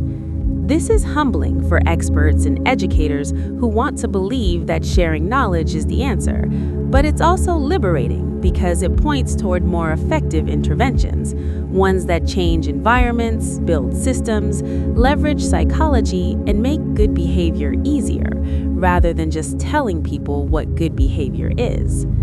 Let's talk about financial resilience, the capacity to handle financial shocks and stresses without catastrophic outcomes. Traditional economics focuses on steady-state optimization, how to maximize returns, minimize costs, allocate resources efficiently. But real life isn't steady state. It's full of shocks, surprises, changes, crises. Losing a job, experiencing a health crisis, having a car breakdown, facing an unexpected expense, these disruptions are normal parts of life, not rare exceptions. Financial well-being depends not just on optimizing normal times, but on being able to weather disruptions. Resilience requires buffers, emergency savings, insurance, diversified income sources, social support, flexible skills. It requires not optimizing so tightly that any deviation creates a crisis. Traditional theory might suggest minimizing idle cash because it's not earning returns. But emergency savings isn't idle. It's insurance against having to take on expensive debt or sell assets at bad times when shocks occur. The cost of holding some cash is the price of resilience.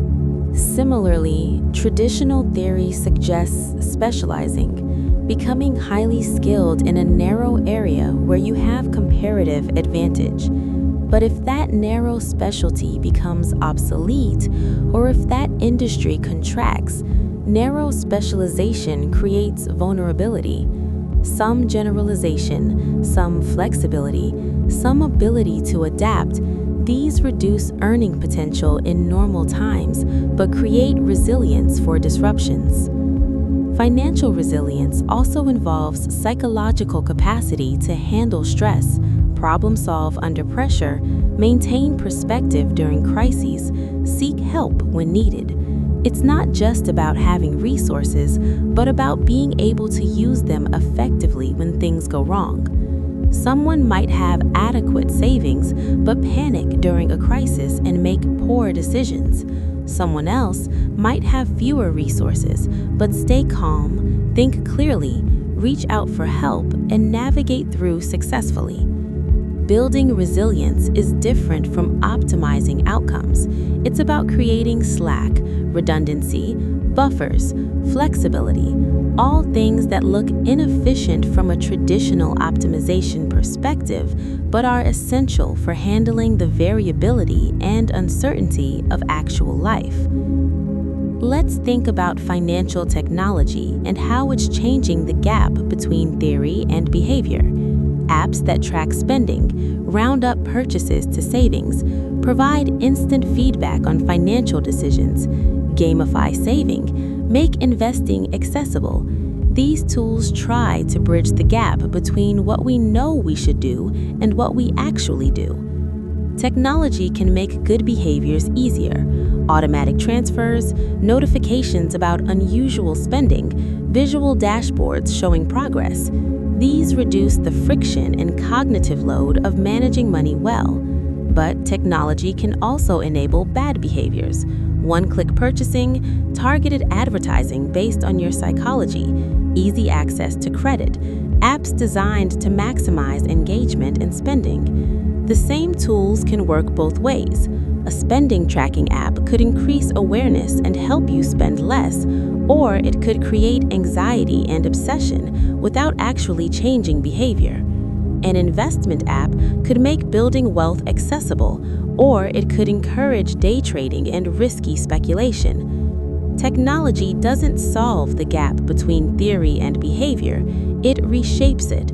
The fundamental human psychology remains, but the environment changes. New tools create new possibilities for both helping and hindering financial well-being. The danger is assuming technology is a solution in itself. An app won't make you financially successful if the underlying behaviors, habits, values, and systems aren't addressed. It's a tool, and tools can be used well or poorly.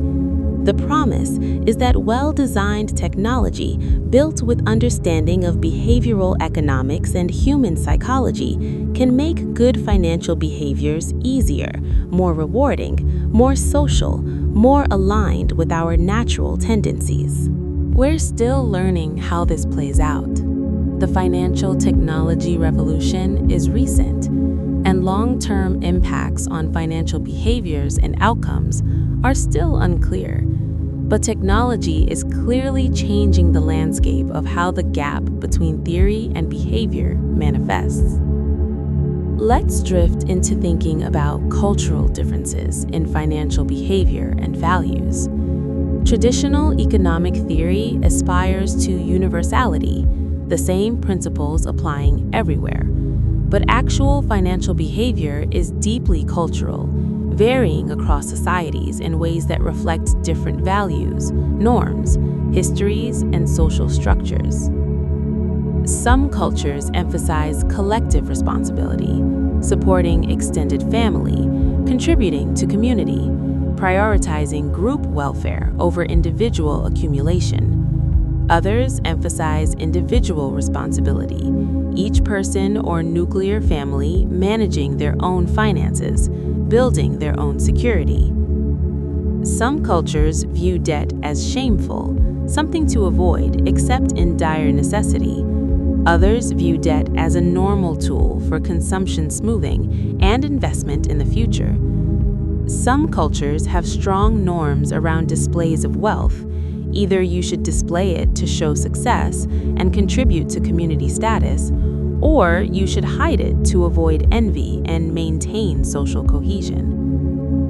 These cultural differences aren't just individual preferences varying randomly, they're systematic patterns shaped by history, religion, economic conditions, social structures, and collective values. Traditional economics tries to explain all behavior through individual utility maximization, but culture provides the framework within which utility is experienced and understood. What brings satisfaction? What feels responsible, what seems risky or prudent, all of this is culturally shaped. Someone from a collectivist culture might prioritize supporting extended family over personal retirement savings, not because they're irrational, but because their values and social context make family support more important and more expected than individual financial security. Someone from a culture with historical experience of currency collapse or asset confiscation might prefer physical assets like gold or property over financial instruments, not because they don't understand modern finance, but because historical experience has taught different lessons about what's safe. Understanding these cultural dimensions is important for anyone providing financial advice or designing financial products. What works in one cultural context might not work in another. The behavioral nudges that help in individualistic cultures might be inappropriate in collectivist ones. The financial goals that seem obvious in wealthy nations might not resonate in different economic contexts. The gap between theory and behavior is partly a gap between culturally specific theory, developed primarily in Western, individualistic, wealthy nations, and culturally diverse behavior across societies with different values and contexts. Let's talk about financial institutions' role in shaping inequality and how that affects behavior. Traditional economics tends to treat inequality as an outcome of individual differences in skills, effort, and choices. But institutions structure opportunities in ways that compound advantage and disadvantage. Access to financial services varies dramatically. Some people have easy access to low-cost banking, credit, investment opportunities.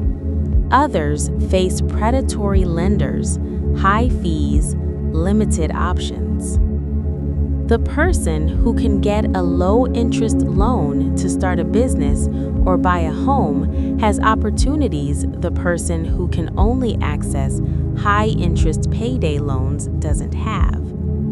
The person who has a 401k with employer matching and can afford to contribute gets advantages the person working multiple hourly jobs with no benefits doesn't get.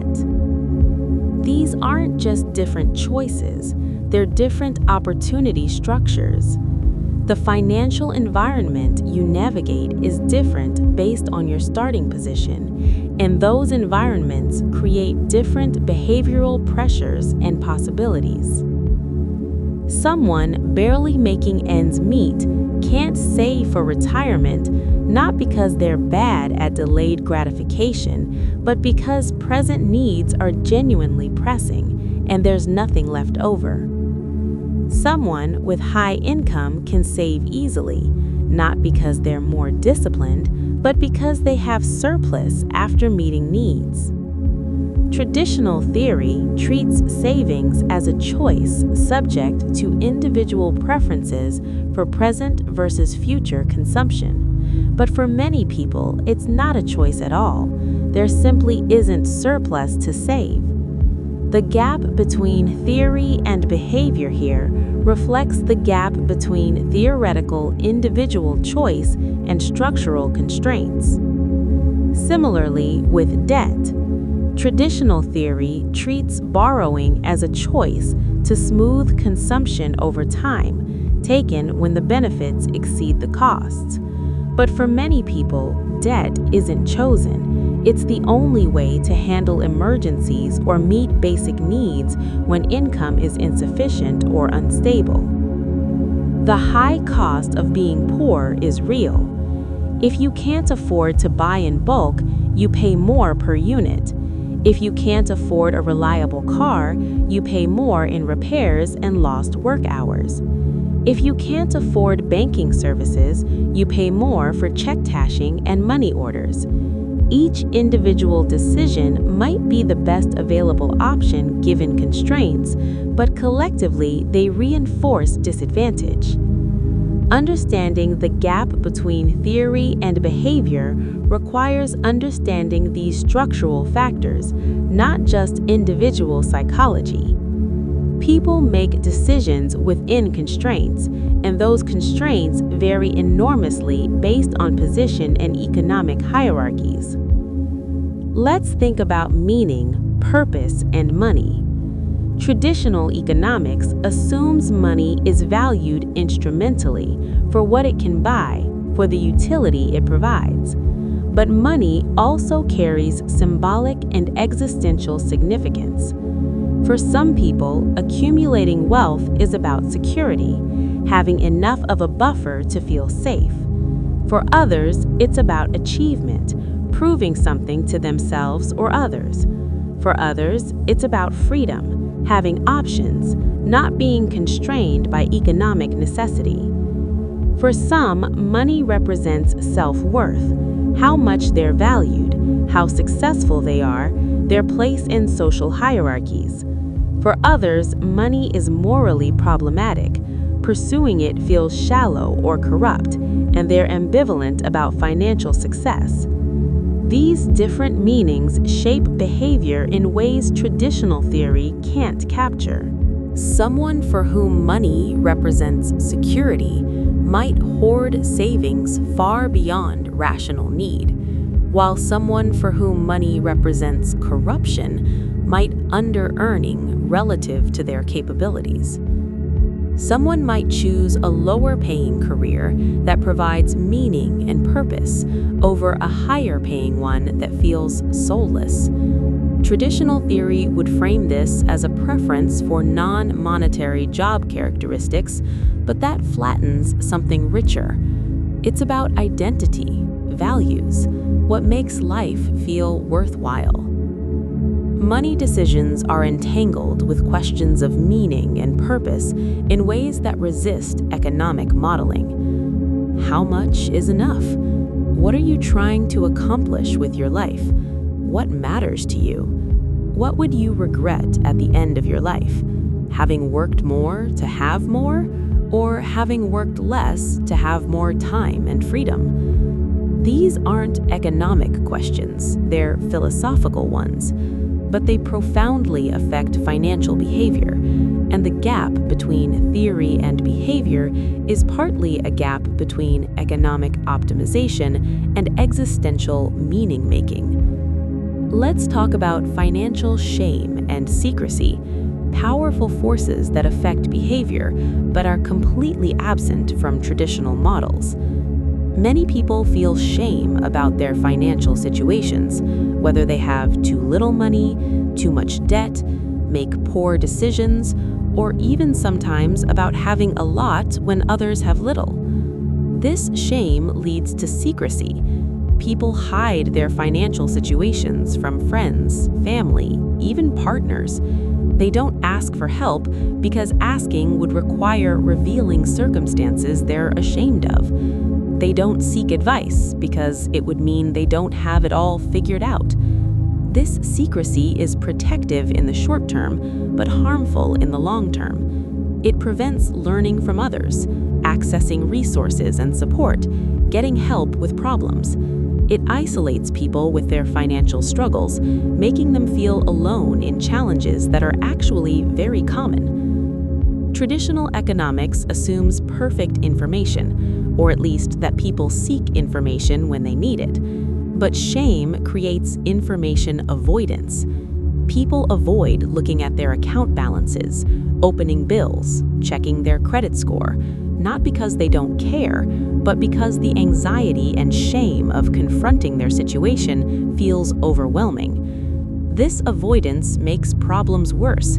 You can't address what you won't look at, but looking feels emotionally impossible, so the cycle continues. Financial shame is often connected to broader cultural attitudes that treat financial struggles as personal failings, signs of irresponsibility or lack of character. If you've absorbed these messages, acknowledging financial problems feels like admitting you're a failure. Breaking through shame often requires recognizing that financial struggles are common, are often driven by circumstances and systems rather than individual failings, and that there's no virtue in suffering in silence rather than seeking support. But that recognition is hard to reach when you're isolated by secrecy, when the culture around you reinforces shame, when asking for help feels like admitting defeat.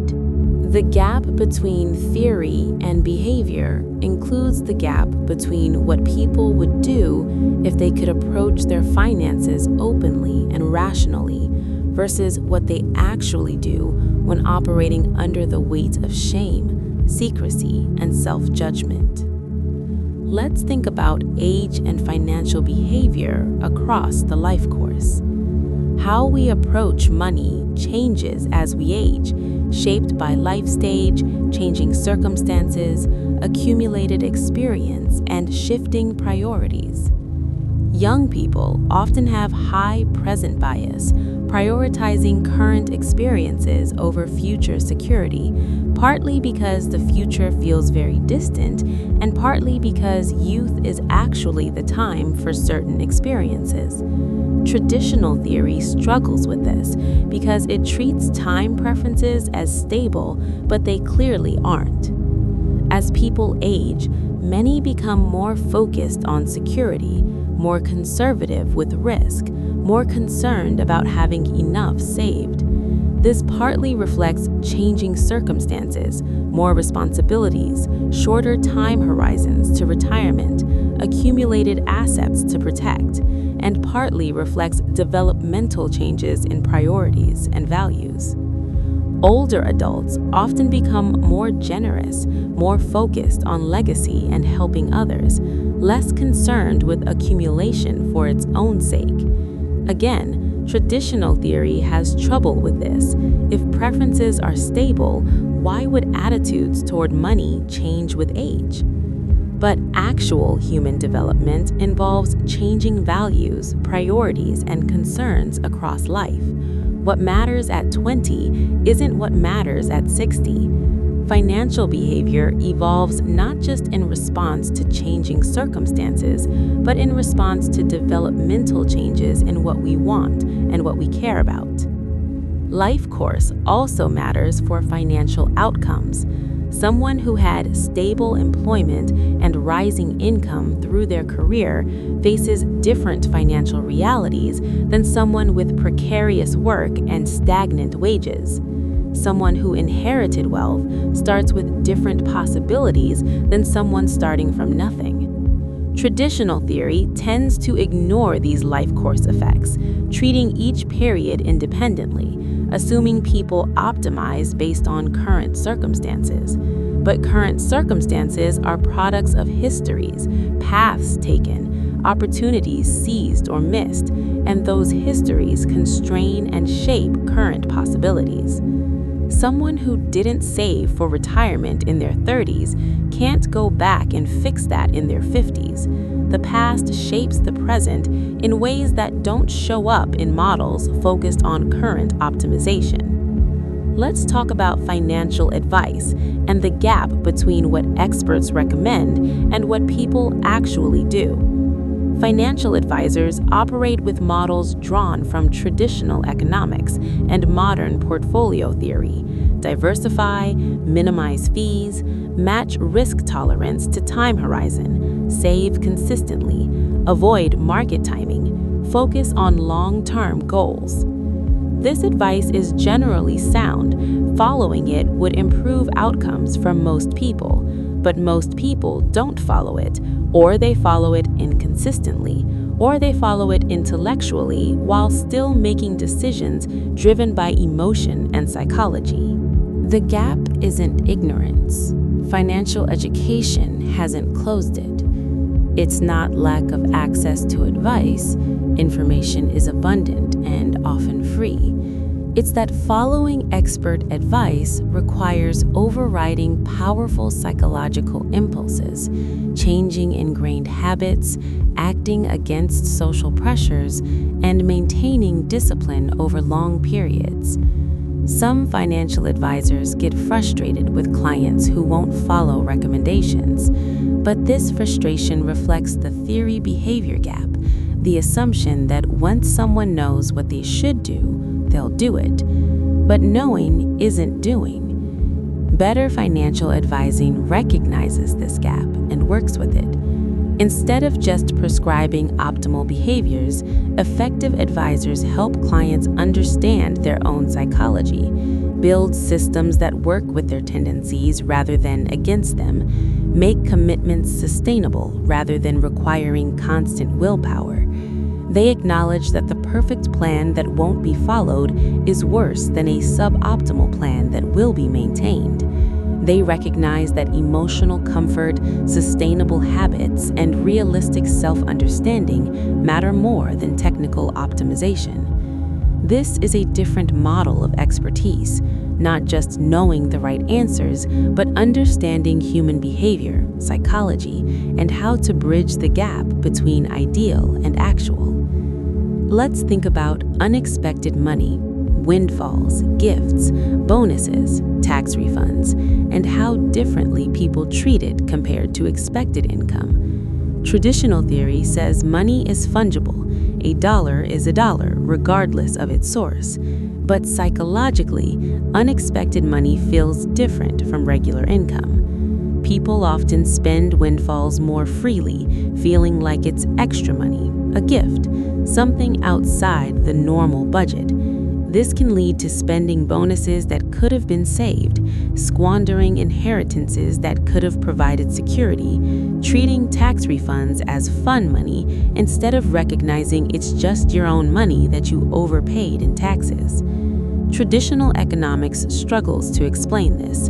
The money increased your wealth by the same amount regardless of its source, so it should be treated the same. But mental accounting and the psychological framing of different money sources lead to different spending patterns. Some people use this productively, treating bonuses or windfalls as savings opportunities, money that doesn't feel like sacrifice to save because it was never part of expected income. Others let it slip away, spending money that could have materially improved their financial position. The gap here is between the economic reality that all money is the same and the psychological reality that different money feels different based on its source, its story, its unexpectedness. Let's talk about financial complexity and how it affects behavior. Modern financial lives are complicated. Multiple income streams, various account types, different investment vehicles, several debts with different terms, insurance policies with complex provisions, tax implications of different choices. Traditional theory assumes people can handle this complexity, process all the information, optimize across all dimensions. But real people get overwhelmed. They simplify, satisfice, focus on parts of the picture while ignoring others, use rules of thumb that may or may not serve them well. Someone might have multiple retirement accounts from different jobs and never consolidate them, not because it wouldn't be beneficial, but because it feels like too much hassle to figure out. They might keep money in a low-interest savings account while carrying credit card debt because consolidating all their financial information feels overwhelming. The complexity itself becomes a barrier to optimization, not because people are incapable of understanding, but because the cognitive and emotional energy required to fully optimize across all dimensions of their financial lives exceeds what they have available given all their other life demands. Simplification helps. Fewer accounts, simpler products, automated systems, clear goals, straightforward strategies, these reduce cognitive load and make good behavior more sustainable. But financial institutions often profit from complexity. Complex products with hidden fees, opaque terms, provisions that benefit the institution but confuse the customer. The complexity isn't accidental. It's often designed to obscure costs and make comparison difficult. Navigating this requires either significant expertise or accepting suboptimal outcomes. Most people do some of both, develop expertise in areas that matter most to them while accepting good enough solutions in other areas. The gap between theory and behavior includes the gap between theoretical comprehensive optimization and real-world selective attention and satisficing due to complexity and limited cognitive bandwidth. As we near the end of our time together tonight, let's reflect on what all of this means. The gap between financial theory and real behavior isn't a problem to be solved, it's a reality to be understood and worked with.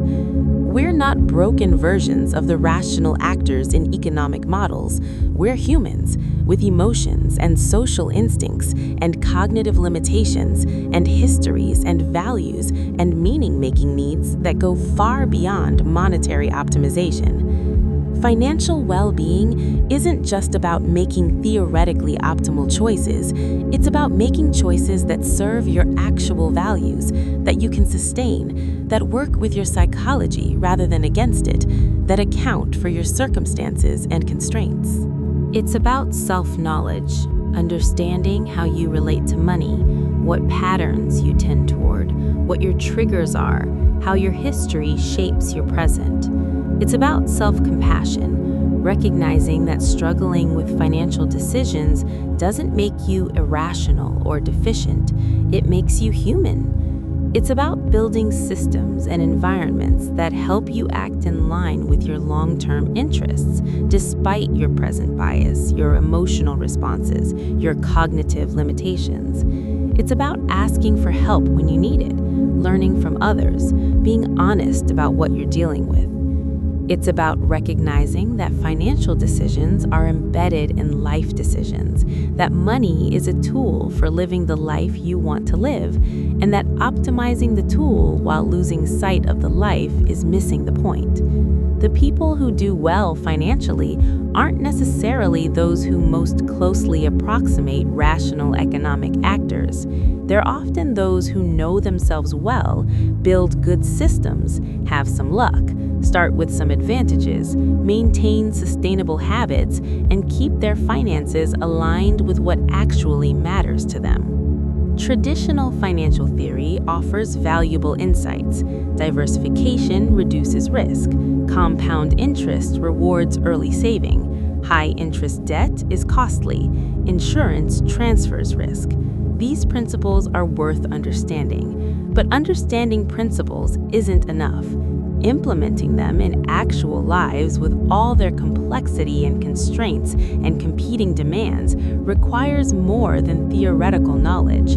It requires practical wisdom, self-understanding, supportive systems, and grace for the inevitable gaps between what we know and what we do. If you've struggled financially, if you've made decisions you later regretted, if you've known what you should do but done something else, if you've felt confused or overwhelmed or anxious about money, you're not alone. You're not failing at being human. you're navigating a complex modern financial world with an ancient brain, making the best choices you can with the information, resources, and capacity you have.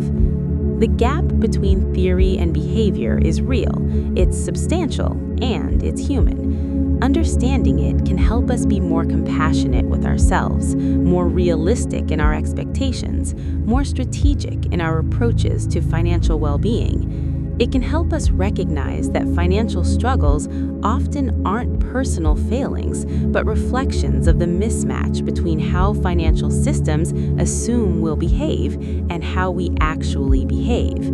It can help us advocate for better systems, better defaults, better institutional designs that work with human psychology rather than exploiting it.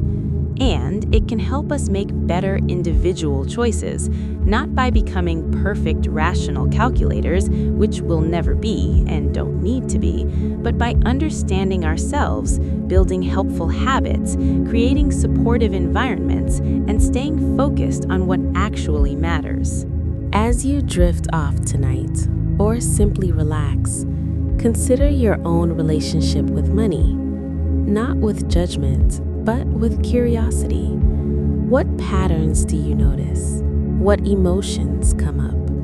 What stories do you tell yourself about money and what it means? Consider where those patterns came from. What did you learn about money growing up? What experiences shaped your current approach? What works for you, and what might you want to change? And consider what you truly want money to do for you. Not what you're supposed to want, not what others expect, but what would actually serve your values, your vision for your life, your sense of meaning and purpose. The gap between financial theory and real behavior will always exist, but understanding it, working with it, and approaching your finances with self-knowledge and compassion can help you close the gap between what you want for your life and what you're actually creating. Thank you for spending this time with me. Thank you for being part of our community, for caring about your financial well-being and the well-being of others. Remember that our Discord is there for you, for support, for learning, for giveaways, and for contributing to helping those who need it most around the world. Rest well tonight. Whatever financial challenges you're facing, whatever questions you're sitting with, whatever changes you're contemplating, you don't have to figure it all out tonight. Just rest, knowing you're doing your best, learning, growing, and finding your way forward one decision at a time. The journey toward financial well-being isn't about perfection. It's about progress, self-understanding, sustainable choices, and keeping what truly matters in focus. You're on that journey, and simply being here, thinking about these things, caring about doing better, that's already meaningful progress. Sleep well and take care of yourself.